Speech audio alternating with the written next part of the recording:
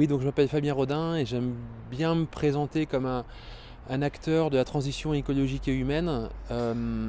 Et j'y participe de deux manières. L'une, c'est en enseignant une approche d'intelligence collective qui s'appelle le co-développement, parce que je crois qu'on a vraiment besoin d'intelligence collective pour ensemble relever les défis qui attendent l'humanité.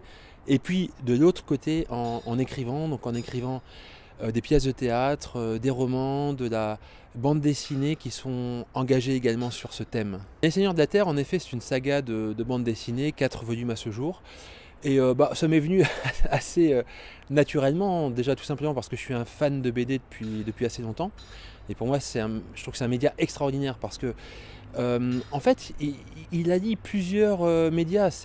Il allie le texte qu'on peut avoir dans du roman, par exemple, hein, et des dialogues. Il allie aussi l'image, puisqu'évidemment on a des dessins, mais l'imagination, parce que le principe de la bande dessinée, contrairement au cinéma, où le cinéma c'est dans une moindre mesure, c'est l'art de l'ellipse, c'est-à-dire des trous qu'on va laisser entre une séquence et une autre séquence. Et entre les deux, qu'est-ce qui se passe ? Eh bien, c'est le lecteur qui fait son chemin. Et du coup, ça lui appartient, quoi, ce qui se passe entre ces deux chemins-là. Et je trouve que c'est un média qui est vraiment puissant et dans lequel il n'y avait pas vraiment de bande dessinée à la fois engagée et grand public. Donc on avait soit des BD engagés, voire très engagés, mais qui touchent une niche de lecteurs, qui souvent sont des lecteurs qui sont déjà convaincus. Voilà. Et de l'autre côté, des BD grand public qui peuvent faire des volumes de vente importants et qui sont très bien faites, dans lesquels on prend beaucoup de plaisir, mais qui n'ont pas de propos social. Moi, ce que je suis allé présenter à Glénat, donc mon éditeur, c'est de réunir les deux, c'est-à-dire d'avoir l'ambition de faire une BD à la fois engagée et grand public pour toucher un maximum de monde. Des retours, on n'en a pas forcément tant que ça, mais quand j'en ai, et c'est ce qui me touche, c'est quand on a des personnes qui me disent, et ça arrive, je veux dire, oui, assez régulièrement avec le théâtre ou la bande dessinée, des personnes qui disent, par exemple, je vais presque en citer une, quoi. Une femme qui m'a dit, il n'y a pas longtemps, donc j'ai acheté les 4 tomes des Seigneurs de la Terre, je les ai offerts à mon compagnon, que je sentais déconnecté de la Terre, j'étais sûr qu'il y avait quelque chose qui vibrait en lui. Il a pris un plaisir fou à lire cette BD alors qu'il n'est pas fan de BD.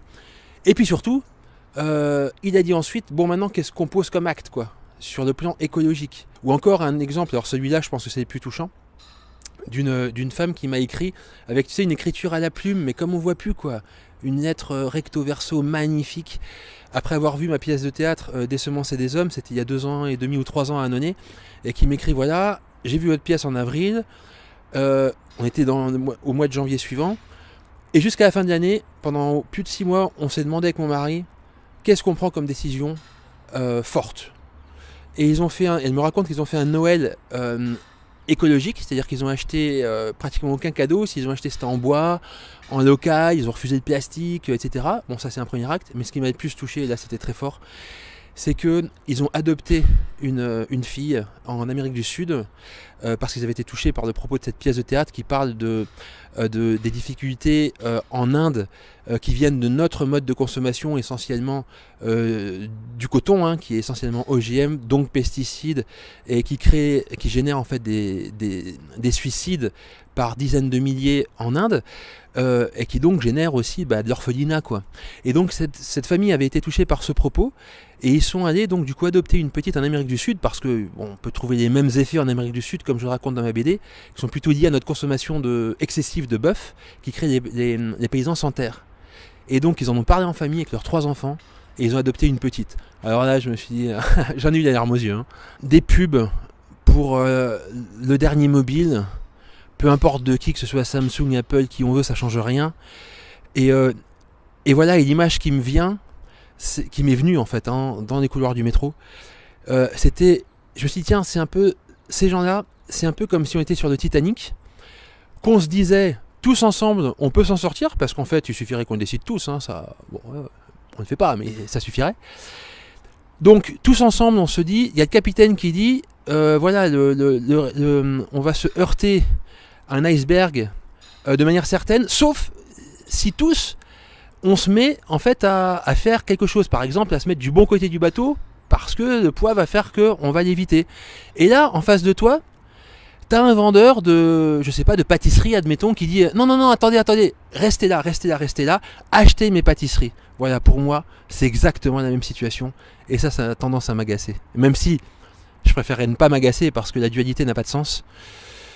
Mais bon, voilà. Il y a des personnes que j'ai envie de remercier, il pourrait y en avoir beaucoup, mais en tout cas, dans celles qui sont connues, il y a mon ami Pierre Rabhi qui a signé la préface du premier tome de ma bande dessinée, ça m'a beaucoup touché, qui a participé aussi à mon ouvrage Des semences et des hommes, parce que c'est la pièce de théâtre, et ensuite je transcris par écrit un échange que j'ai eu avec lui, une très très belle personne, évidemment. Et puis là, on est quand même au cœur de la fondation Good Planet de Yann Arthus Bertrand, qui a signé la préface du deuxième tome.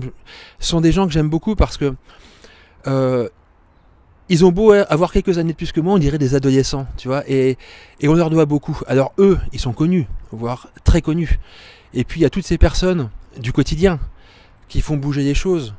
Donc moi, à titre personnel, il y en a plein. Je pourrais citer un ami qui s'appelle Didier Péréol, qui a créé une Equibio, une grande entreprise dans le bio en France, qui m'a fait confiance très rapidement aussi avec ma première pièce de théâtre. Il a créé aussi une fondation qui porte le même nom. Je trouve qu'on entend trop souvent oui, les jeunes vont faire bouger les choses. J'espère que les jeunes vont faire bouger les choses. Mais il ne faudrait pas non plus se cacher derrière ça et se dire c'est bon, c'est la prochaine génération qui va faire. Non, c'est pas la prochaine de faire, ça n'a aucun sens. C'est aux vivants de protéger le vivant. Et quant aux jeunes, je crois qu'il y en a un bon paquet qui sont sur la bonne voie parce que ils sont plus en lien avec le sens, je crois. Ils acceptent moins facilement de travailler juste pour faire du fric. Maintenant, évidemment, rien n'est parfait, donc il y a aussi forcément une proportion de jeunes qui ne seront pas mieux que les générations précédentes. Donc je ne sais pas si j'ai un message spécifique pour la jeune génération, mais en tout cas, dans un moment qui était compliqué pour moi psychologiquement, justement, dans ces dernières semaines, j'ai eu un regain d'énergie rien qu'en voyant la petite vidéo qu'ont fait ces jeunes food youtubeurs là. Donc la vidéo que tu dois connaître qui s'appelle Il est encore temps. Et je me suis dit ouais, ok, merci quoi, parce que je suis pas du tout un fou d'internet et des réseaux sociaux. Mais quand on utilise comme ça, et quand on voit le monde qui les suit, quand on voit qu'il y a 5 millions de vues en quelques jours, merci et bravo quoi. Donc peut-être que le message il serait là, c'est par exemple si on parle des portables, des réseaux sociaux, etc., c'est peut-être de ne pas les intégrer ou de cesser de les intégrer au cœur de leur vie et de les utiliser quand ça fait vraiment sens.